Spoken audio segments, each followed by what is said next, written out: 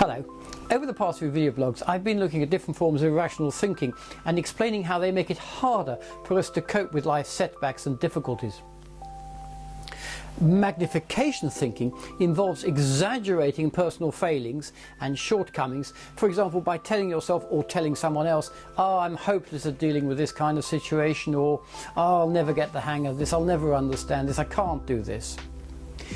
At the other extreme is minification thinking. Here, successes are dismissed as insignificant or a matter of chance. You can recognize this type of thinking by the use of phrases such as, "Well, anybody could have done that," or "I just got lucky." These two forms of irrational thought are sometimes called binocular thinking. Now, it's easy to see why. Events either look larger than they actually are or smaller than they actually are, depending on which end of the glasses you use to look at them.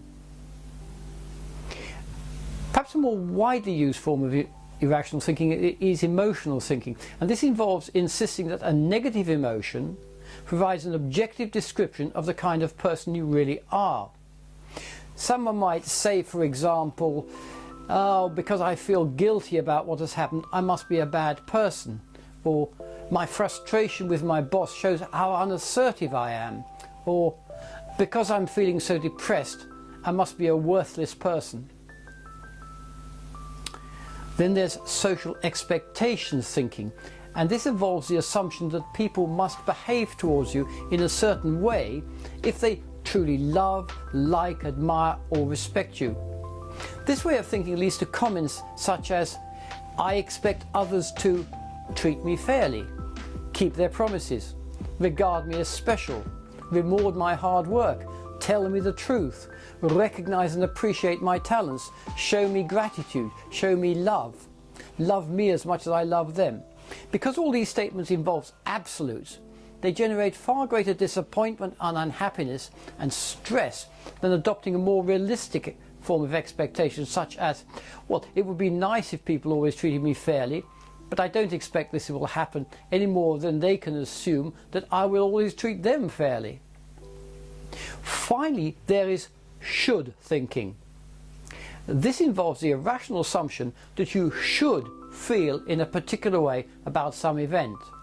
Now, for example, "I should have been successful because I worked so hard," or "I should feel sad because the relationship has ended."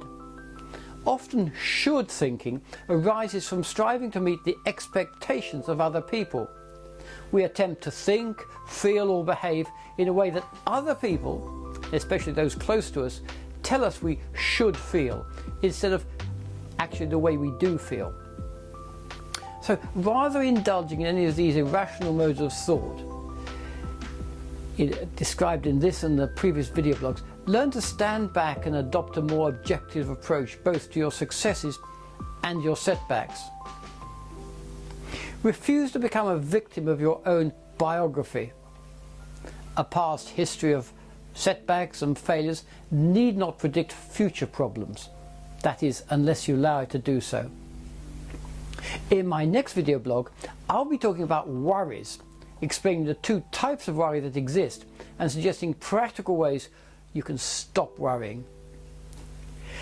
If you'd like to learn more about either coping with irrational thoughts or bringing worries back under control, why not download my book 1 Minute Stress Management from this website.